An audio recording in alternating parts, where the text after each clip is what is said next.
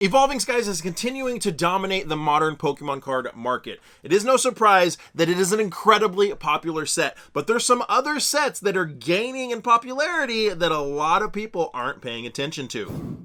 What's going on, everybody? Welcome back. You're watching the channel Dr. Applesauce 2. My name's Will. It's another beautiful day here in Texas. I hope you guys know that I love you, God loves you, and that there is an awesome plan for your life. Pokemon is in a really interesting place right now. We're seeing the end of the Sword and Shield era, and this Scarlet and Violet era is going to be released and unfolded here in just a couple weeks at the end of March. So there's a lot of excitement and a lot of hype for Scarlet and Violet, as is with it any new generation. We have new starters, we have new Pokemon, we have new product lines, we have new silver border cards, we have card packs with multiple holofoils in them guaranteed now. A lot of interesting things, including an MSRP increase of about 15% on all Pokemon products.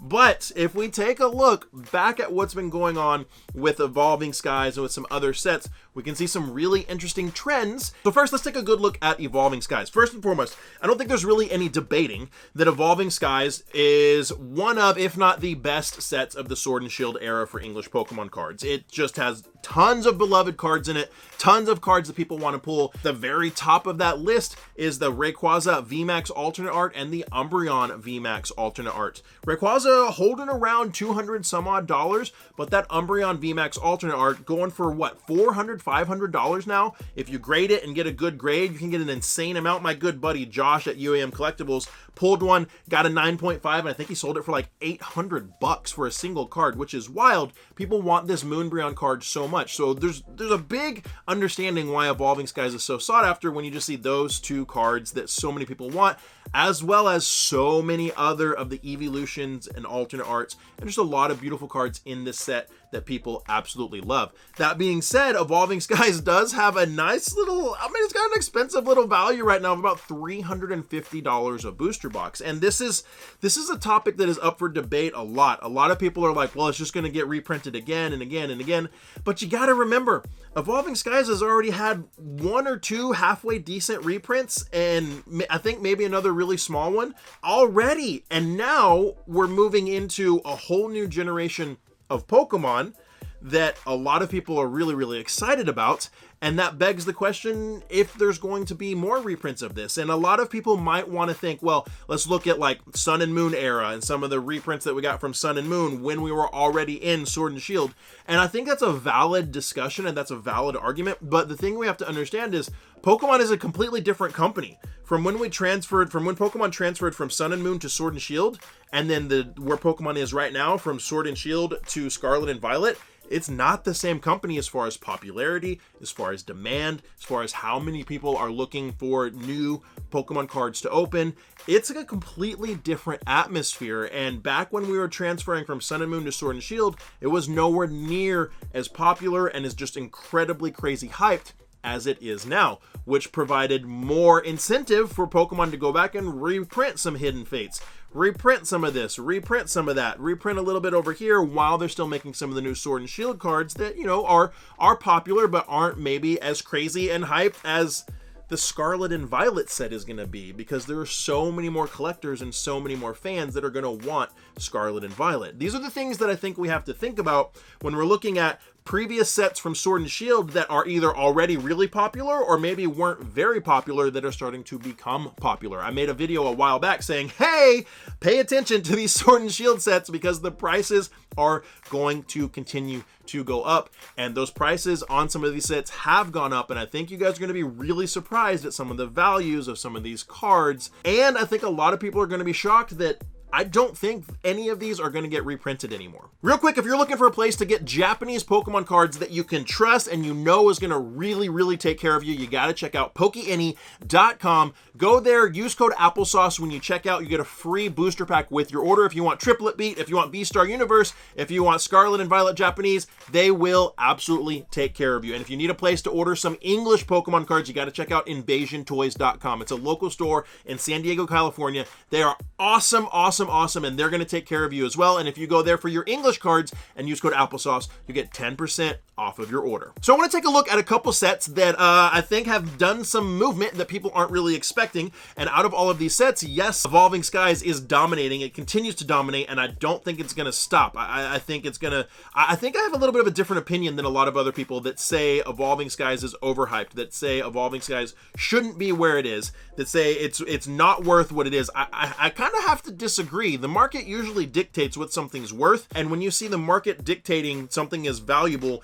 and that thing that's valuable, regardless of the set having hard pulls or easy pulls or whatever you want to say, having multiple beautiful sought after cards, I think that kind of lines up, and I think it makes sense, right? So I think, to me, it makes sense that Evolving Skies is popular and is expensive. It all kind of adds up. But there's a few sets that I think people are going to be really, really surprised about and that they weren't really paying attention to. So let's look at a couple of these sets that are surprising. Let's look at Chilling Reign. Chilling Reign is really surprising me. You guys, if you've been following me for any amount of time, you know that I'm not a huge fan of Chilling Reign because it's been a terrible set to me. I think I opened 10 booster boxes and I've hit like 3 secret rares, and 2 of those secret rares were out of my last booster box or 2. It's been a really, really rough set for me, but I will acknowledge that Chilling Reign has some beautiful cards. I think it's going to be a set that does really well over time because so many people had a great experience with it, and so many people had cards in Chilling Reign that they really, really, really liked. So here's what we're looking at. Chilling Reign is up to about $150 market value right now. Chilling Reign, one of the most hated sets from the Sword and Shield block, is up to $150. And here's the crazy thing. Less than a year ago, it was under $90. Okay, think about that. Less than a year ago, Chilling Reign was valued under $90 for a booster box. That means we have an increase of $60 in the past year, which is an increase of well over 50% on this product in the past year. And if you look at the graph, it's just continuing to trend up. Yeah, you might have a little bit of dips and stuff here and there, but just continuing to trend up over time. Chilling Reign, I think, is going to take a lot of people by surprise. The next set I want to look at, let's look at Battle Styles. Battle Styles, still really, really affordable, has a booster box price of around $110 a booster box, but Battle Styles was under $85 a booster box. Under $85 a booster box. We're talking about a 25% approximate increase on Battle Styles right there. A set that a lot of people really didn't like. It brought back alternate art cards, if I'm not mistaken. I think Battle Styles was the first set that we brought back some alternate art Urshifus and Empoleons and stuff like that. But for a set that's not super duper popular, that doesn't really have any huge Charizards or Rayquazas or Evolutions or Pikachus or anything like that, to see that around a 25% increase in market evaluation over the past year is a massive, massive move. And I think this is because these sets aren't getting reprinted, and I don't think they're going to get reprinted anymore. Let's look at Fusion Strike. Fusion Strike is now up to $135 a booster box. Fusion Strike was under $90 a booster box. Under $90 a booster box, like Chilling Reign, and has seen a very, very large increase in value like Chilling Reign. These are sets that nobody was really paying attention to. These are sets that weren't really that popular, that people couldn't give away, that stores were selling at a loss when they first came out.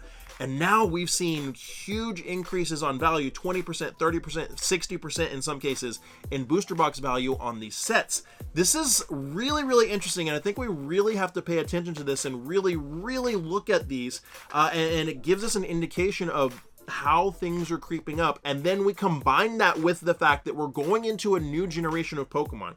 Pokemon is moving into the Scarlet and Violet generation. It really makes you have to sit back and think, okay, are these sets from Sword and Shield going to get reprinted?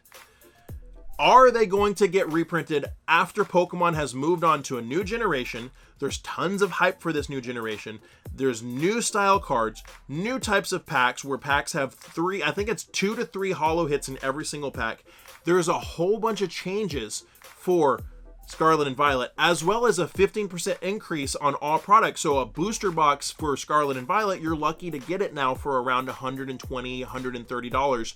Whereas with some of these Sword and Shield sets, you could have, got them on pre-orders for $100, $95.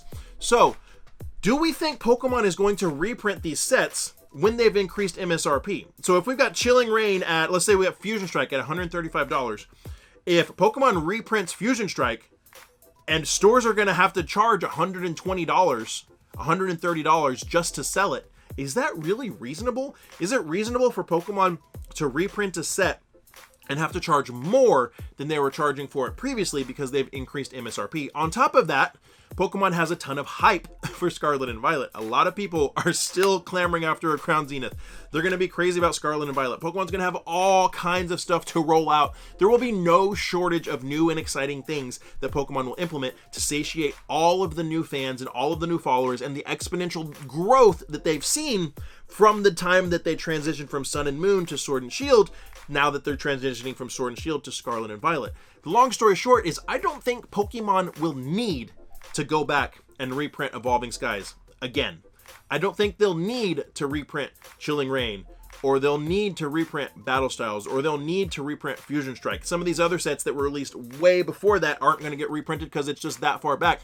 I don't think Pokemon is going to need to go back and reprint these sets because they have so much already in the pipeline that's going to keep everybody really well and excited for what's coming out. So if you're wanting some Battle Styles or some Chilling Reign or some Fusion Strike, now might be the time to go and pick up some of these booster boxes so you have some set behind so you can open some later on. As far as Evolving Skies, I'm going to say this again, I don't see Evolving Skies really changing much. Okay, let's say there's a small reprint of Evolving Skies. Let's say there's another small reprint of booster boxes from Evolving Skies. Okay, price will dip, 20%, 30%, say price dips down to $300 a booster box. Then there's never another reprint of Evolving Skies. In 5 years, Evolving Skies booster boxes are still $500, if not more. Same thing with Chilling Reign. That's saying if Pokemon were to reprint these sets. Pokemon doesn't have any need to reprint these sets, in my opinion, with everything that they have coming out. They need to focus full steam ahead on Scarlet and Violet because Ash is gone for Pokemon, right? The Pokemon TCG now has new trainers. It now has new starters, a ton of new Pokemon. There is a ton of stuff for Pokemon to focus on, and I just don't see it being realistic for them needing to focus on reprinting anything from Sword and Shield. Lots of exciting stuff coming up for Scarlet and Violet, and something else I'm excited about, guys, is that video right there. If you're a huge Pokemon nerd like I am, you got to check it out, and like I always say, find somebody to love and serve today and be the change you want to see in the world. See you next time.